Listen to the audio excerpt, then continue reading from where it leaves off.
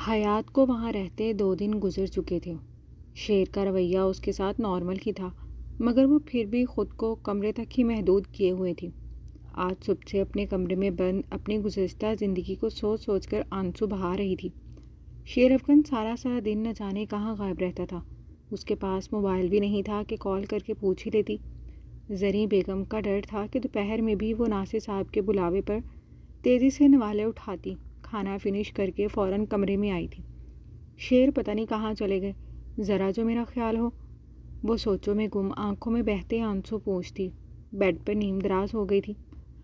بابا بھی مجھے چھوڑ کر چلے گئے، پتہ نہیں ماما کیسی ہوں گی۔ 2 روز سے سب کے بارے میں سوچ سوچ کر اس کا دماغ پھٹا جا رہا تھا۔ وہ اپنی سوچوں میں حد درجہ محو سی تھی، جبھی کوئی دھڑم سے دروازہ کھولتا کمرے میں داخل ہوا تھا۔ حیات گڑبڑا کر اٹھی تو سیدھی نظر شیر افغان سے جا ملی تھی، جو سخت غصے میں دکھائی دے رہا تھا۔ نیلی آنکھیں ضبط سے سرخ پڑ رہی تھی۔ منہ پر ہاتھ پھیر کر اپنے غصے پر قابو کیا تھا، ورنہ وہ اس وقت یقیناً کچھ کر ڈالتا۔ شیر، کیا ہوا؟ آپ اتنے غصے میں کیوں ہیں؟ حیات نے نہ سمجھی سے استفسار کیا۔ حیات کی مداخلت اس وقت قدرے ناگوار گزری تھی۔ سرخ آنکھوں میں جنون اود آیا تھا۔ تم مجھے یہ بتاؤ کہ کس کے کہنے پر کیا تم نے یہ سب ڈرامہ؟ بتاؤ مجھے، ورنہ میں تمہاری جان لے لوں گا۔ شیر بیڈ کے قریب کھڑی حیات کے مقابل آیا، سختی سے کندھوں سے تھامتا باز پرس کرنے لگا، جو خوف زدہ سی نظروں سے اس کے بگڑے انداز دیکھ رہی تھی۔ شیر، کیا ہو گیا ہے آپ کو؟ وہ اس کی سخت گرفت میں مچل کر رہ گئی۔ بتاؤ مجھے حیات کاظمی، ورنہ میں تمہاری جان لے لوں گا۔ وہ زخمی شیر کی مانند غرایا۔ حیات کو اس کی سخت گرفت میں مزید رونا آیا۔ شیر، کیا ہو گیا ہے آپ کو؟ کیوں ایسا رویہ رکھ رہے ہیں میرے ساتھ؟ مان لیا مجھ سے غلطی ہوئی ہے، آپ کی محبت میں اپنے ماں باپ کو، اپنے منگیتر کو دھوکہ دیا ہے میں نے، مگر اب آپ کو خدا کا واسطہ ہے میرے ساتھ یہ سلوک نہ کریں، ورنہ میں مر جاؤں گی۔ وہ چلا کر 2 قدم پیچھے کو لیتی سسک اٹھی تھی۔ شیر نے عجیب نظروں سے اس لڑکی کو دیکھا تھا۔ ناصر صاحب کا بارہا پوچھے جانے والا ایک ہی سوال اس کے تن بدن میں آگ لگا رہا تھا۔ دفع ہو جاؤ میری نظروں کے سامنے سے، شکل بھی نہیں دیکھنا چاہتا میں تمہاری۔ شیر نے کن پٹیاں دبا کر شدید اشتعال کو ضبط کیے باہر کا راستہ دکھایا۔ جا رہی ہوں، مگر آپ کی زندگی سے نہیں، صرف اس کمرے سے۔ شیر افغان ہاشمی جب محبت کرنے کا، لڑکی کو شادی کی رات اغوا کرنے کا جذبہ رکھتے ہیں نا، تو اب مرد بھی بنیں اور اس نکاح کو بھی دنیا کے سامنے خوش دلی سے قبول کریں، کیونکہ اگر میں گھر سے بھاگی ہوئی لڑکی قصوروار ہوں تو معصوم تو تم بھی نہیں ہو۔ زہر خند لہجے میں بولتی وہ دکھ سے دوچار تھی۔ شیر نے اسے ایک سخت نظر سے نوازا تھا اور پھر وہ دل میں اٹھتے درد کو دباتی کمرے سے ہی باہر نکل گئی تھی۔ اضطرابی کسی کیفیت سے دوچار کمرے میں ادھر سے ادھر چکر مارتا اپنا اشتعال دبا رہا تھا۔ اب تک جو کچھ ہو چکا تھا وہ ناقابل برداشت تھا کہ جبھی اس کی سوچوں کا رخ موبائل کی چنگھاڑتی ہوئی آواز نے اپنی جانب کروایا تھا۔ ہیلو، ہاں بول۔ مقابل کی آواز میں غصے کی جھلک واضح تھی۔ اچھا نا یار، آ رہا ہوں۔ منہ پہ ہاتھ پھیر کر جلتے اعصابوں کو پرسکون کر ایک گہری سانس فضا کے سپرد کی۔ اب رکھ نا یار، جبھی تو آؤں گا تیری طرف۔ مقابل کے مسلسل بولنے پر وہ بیزار ہوا۔ Okay bye. کھٹ سے موبائل آف کرتا ڈریسنگ روم کی جانب بڑھا۔ اگلے 20 منٹس میں ٹھنڈے پانی سے شاور لیتے، بلیک جینز اور بلیک شرٹ میں ملبوس، پاؤں میں جوگرز ڈالتا وہ پرسکون تھا، کچھ دیر پہلے کے تنے تاثرات کے ساتھ۔ اب چہرے پر نرمی واضح تھی، جس کا رخ اب عباس پیلس کی جانب تھا۔ رات کی تاریکی میں آنکھوں کو ٹھنڈک بخشتی مدھم لائٹ سے منور عباس پیلس کے ڈائننگ ٹیبل پر خوش مزاجی سے کھانے سے بھرپور انصاف کرتے ارتضیٰ عباس اور شیر افغان خوش گپیوں میں مصروف تھے۔ اور بتا آج کل کیا چل رہا ہے؟ شیر کانٹے میں سلاد پھنسا کر منہ میں ڈالتا ایبرو اٹھا کر بولا۔ کچھ خاص نہیں یار، بس کام اور کام، اور کیا؟ وہ نیپکن سے منہ تھپ تھپا کر گویا ہوا۔ وہ کھانا فنش کر چکا تھا۔ چل چھوڑ، یہ بتا شادی کب کر رہا ہے؟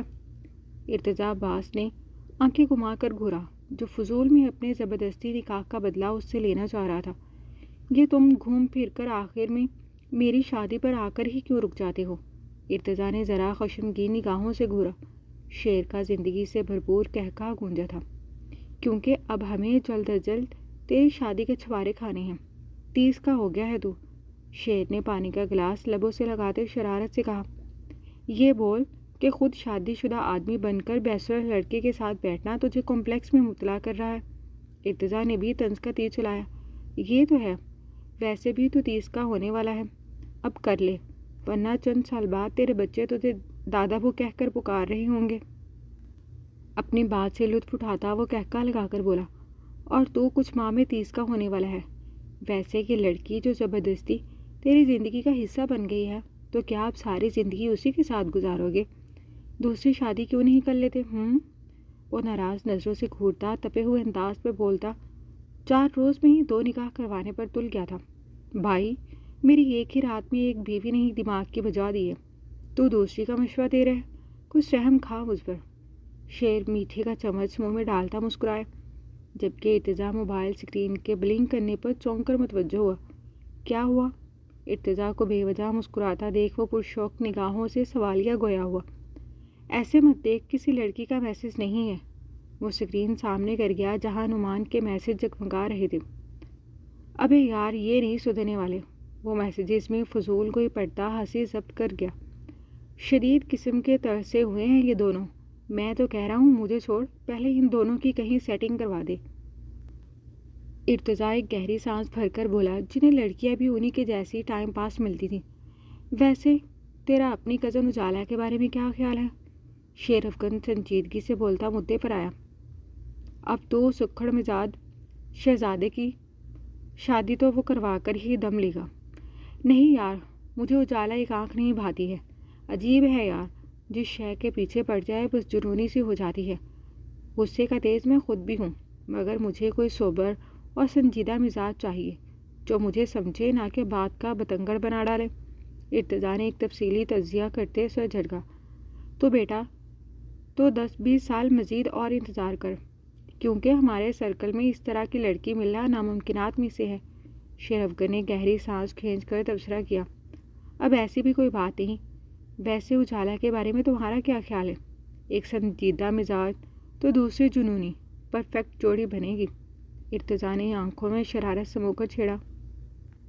پاگل ہو گیا ہے کیا؟ شرم بیچ کھائی ہے؟ مرد ہو کر ایسی بےغیرتی والی باتیں، وہ بھی اپنی منگ کے لیے؟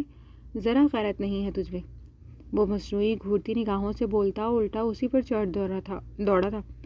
غیرت کو مار گولی، تو بتا تیرا کیا خیال ہے؟ میں سیریس ہوں شیر، اجالا اچھی لڑکی ہے، ویسے بھی اسلام میں 4 کا حکم ہے۔ شیر نے ارتضیٰ کو دیکھ آنکھیں گھمائی جو بار بار دکھتی رگ پر ہاتھ رکھ رہا تھا۔ تو جانتا تو ہے یار، وہ تجھے پسند کرتی ہے، اور میں مذاق نہیں کر رہا، اس بارے میں ضرور کچھ سوچنا۔ لڑکی اچھی ہے ویسے، اگر پھر بھی بات نہ بنے تو پھر میں بھی کچھ سوچوں گا۔ شیر سنجیدگی سے کہتا آخر میں معنی خیزی سے بول کر مسکرایا۔ ارتضیٰ جانتا تھا کہ شیر اجالا کو پسند کرتا ہے، مگر قسمت نے اس کا جوڑ حیات کاظمی کے ساتھ بنایا تھا۔ مگر تو اجالا کو پسند کرتا ہے نا؟ بس فکر نہیں کر، باقی چیزیں مجھ پر چھوڑ دے۔ ارتضیٰ ابھی بھی اپنی بات پر ڈٹا ہوا تھا۔ ہاں، 2 ہی دن میں اب تک میرے باپ نے مجھ معصوم کو 4 تھپڑ مارے ہیں، پھر تو سیدھا گولی سے ہی اڑا دیں گے۔ شیر نے غصے سے گھور کر گال پر ہاتھ رکھا۔ ابھی چھوڑ انکل کو، تو اپنی پسند بتا۔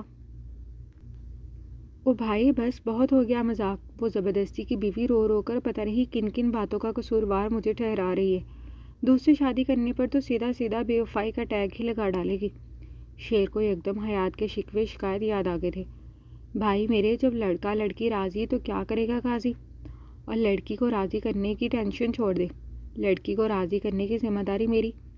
ارتضیٰ عادت کے برخلاف مسکرا کر بولتا اب اس کا ضبط آزما رہا تھا۔ یہ مسکراہٹ صرف محض عزیز ہستیوں کے سامنے ہی نمودار ہوتی تھی، ورنہ زیادہ تر سے تو خاصا پردہ ہی تھا۔ صبر کر جا ارتضیٰ باز، تیرے لیے بیوی کے روپ میں چلتا پھرتا ایٹم بم نہیں ڈھونڈا تو نام بدل دینا میرا۔ شیر کرسی چھوڑ کر بھاگتے ارتضیٰ کے پیچھے جاتا، منہ پر ہاتھ پھیر کر بولتا غرایا، جو ہنستا ہوا لان کی جانب نکلا تھا، مگر دور کہیں آسمانوں پر شیر کی دعا بہت جلد قبول ہو گئی تھی۔ اپنی دھن میں ڈرائیونگ سیٹ پر براجمان وہ گنگناتی ہوئی اپنی منزل کی جانب رواں دوا تھی۔ جب یہ سگنل کھلتے ہی پیلی بتی کی روشنی میں وہ سامنے سے آتی کار سے ٹکراتے ٹکراتے بال بال بچی تھی۔ اس نے کھلی آنکھوں سے فوری بریک مارا تھا۔ اچانک جھٹکے پر وجود ذرا آگے کو جھکتا واپس سیٹ کے پش سے جا لگا، جبکہ وہ ہونک بنی اب تک اپنے زندہ ہونے پر بے یقین سی تھی۔ شکر میں زندہ ہوں، ابھی تو میری شادی بھی نہیں ہوئی ہے۔ یہ یقیناً ستیلی نانی کی بد دعاؤں کا نتیجہ ہے۔ وہ یوں ہی حیرت سے جان بچانے پر بڑبڑائی، مگر فردوس بیگم کو یاد کرنا ہرگز بھی نہیں بھولی تھی۔ بی بی، ٹریفک پولیس اہلکار نے ونڈو بجائی تو وہ خیالی دنیا سے چونک کر باہر آئے۔ جی انکل۔ انکل؟ ٹریفک پولیس اہلکار تو اچھل کر رہ گیا۔ انکل نہیں بی بی، سر۔ چلو لائسنس دکھاؤ۔ وہ ایک ہاتھ گاڑی پر ٹکا کر سامنے بیبی کٹ بالوں میں بیبی بنی سمجھدار لڑکی کو تیز گھورتی پورا پوسٹ مارٹم کرتی نگاہوں سے دیکھ بولا، اب جانتے ہیں میں کون ہوں؟ چہرے پر سنجیدگی اور غرور بھرے تاثرات سجائے خود کو جیمز بانڈ کے نانی شو کرنے کی ناکام کوشش کی گئی۔ نہیں، اور مجھے جاننے کا شوق بھی نہیں۔ شاباش، لائسنس دکھاؤ۔ مقابل بھی تیز چلاتی ہوئی گرمی میں شاید ستایا ہوا تھا، وہ تو نہیں ہے۔ فوراً سے بڑا ہی معصوم بھیگی بلی جیسا منہ بنایا۔ مقابل نے آنکھیں پھاڑ کر گھورا، گڑگڑ کی طرح رنگ بدلنا تو کوئی آبسہ بی بی سے سیکھ تھا۔ انکل، میں تو ابھی 18 سال کی بھی نہیں ہوئی۔ نادرا باجی نے تو شناختی کارڈ بنانے سے ہی انکار کر دیا، تو لائسنس کہاں سے آئے گا؟ 20 کو کراس کر لینے کے باوجود اس کی 18 عمر کی بالی عمریہ ختم نہیں ہو رہی تھی۔ تو مین روڈ پر گاڑی کیسے چلا رہی ہو؟ چلو باہر آ جاؤ اور اپنے گھر فون کرو، تم پر تو ڈبل چلان بنتا ہے نادان بچی۔ وہ بھی دانت کچکچا کر بولتا آبسہ کو بکھلانے پر مجبور کر گیا۔ چلو گاڑی سائڈ میں لگاؤ۔ اوئے پکڑ اس کو۔ وہ ایک ڈبل بائک سوار کو شاہراہ فیصل پر بلیاں مارتا دیکھ اونچی آواز میں ہدایت دیتا دوبارہ اس کی جانب آیا، مگر بھلا ہو قسمت کا، اتنی دیر میں اس کا شاطر دماغ بہت سی من گھڑت کہانیاں گھڑ چکا تھا۔ ماما، بابا، انکل، آنٹی، بچائیں مجھے۔ وہ اچانک ونڈو سے منہ نکالتی اونچی آواز میں پکارنے لگی۔ اچانک افتاد پر ٹریفک پولیس اہلکار گڑبڑا کر رہ گیا۔ کیا ہو گیا؟ کیوں چلا رہی ہو لڑکی؟ وہ بکھلا کر گاڑی کے قریب آیا، ساتھ ہی پاس کھڑے بائک سوار پولیس اہلکار بھی قریب آئے تھے۔ کیا ہوا سر؟ ٹریفک پولیس دستے کا ایک اہلکار قریب آ کر معاملے کی گمبھیرتا سے لاعلم ناسمجھی سے بولا، جہاں آبسہ بی بی ہوں اس معاملے کا گمبھیر ہونا تو بنتا تھا۔ سر، یہ میرا لرننگ لائسنس اور یہ میرا اوریجنل قومی شناختی کارڈ جو حکومت پاکستان کی جانب سے منظور شدہ ہے۔ میں نے سر کو اپنے سارے اوریجنل ڈاکیومنٹس شو کیے تھے، مگر یہ کہہ رہے ہیں میں تو شکل سے بیبی بچی لگ رہی ہوں۔ یہ سب جھوٹا ہے، جعلی ہے۔ مجھ پر ڈبل چلان کاٹیں گے یہ؟ وہ مصنوعی آنسو بہاتی پولیس اہلکار کے 14 طبق روشن کر گئی۔ چھٹانگ بھر کی لڑکی اور حرکتوں سے تو ابلیس بھی پناہ مانگے۔ کیا بکواس کر رہی ہو لڑکی؟ وہ زوردار آواز میں گرجا۔ آبسہ لمحوں کے لیے ڈر گئی، مگر پھر اسی اعتماد سے بولی، میں بالکل سچ کہہ رہی ہوں۔ یقین نہیں آتا تو یہ وائس ریکارڈنگ سن لیں جس میں انہوں نے مجھے ڈبل چلان کی دھمکی دی تھی۔ وہ فل شرارت کے موڈ میں تھی، جبکہ آفیسر کا چہرہ ایسا تھا کہ کاٹو تو لہو نہیں۔ دیکھیں، اور میں نے بتایا بھی تھا کہ گاڑی کے پیچھے بڑا سا ایل بھی لکھا تھا، مطلب میں بھی گاڑی ڈرائیو کرنا سیکھ رہی ہوں، مگر یہ میری بات ہی نہیں مان رہے۔ مدعا بیان کر جلدی سے ندیدہ آنسو بھی صاف کر ڈالے تھے۔ ابے بکواس کر رہی ہے سالی، نکلو باہر، ابھی دماغ ٹھکانے لگاتا ہوں۔ لیڈیز پولیس کو بلا ذرا۔ وہ بدتمیزی پر اتر آیا تھا۔ جاؤ لڑکی جاؤ تم۔ دوسرا اہلکار وائرلیس پر ایمرجنسی کی خبر ملتے ہی اسے روانہ کر چکا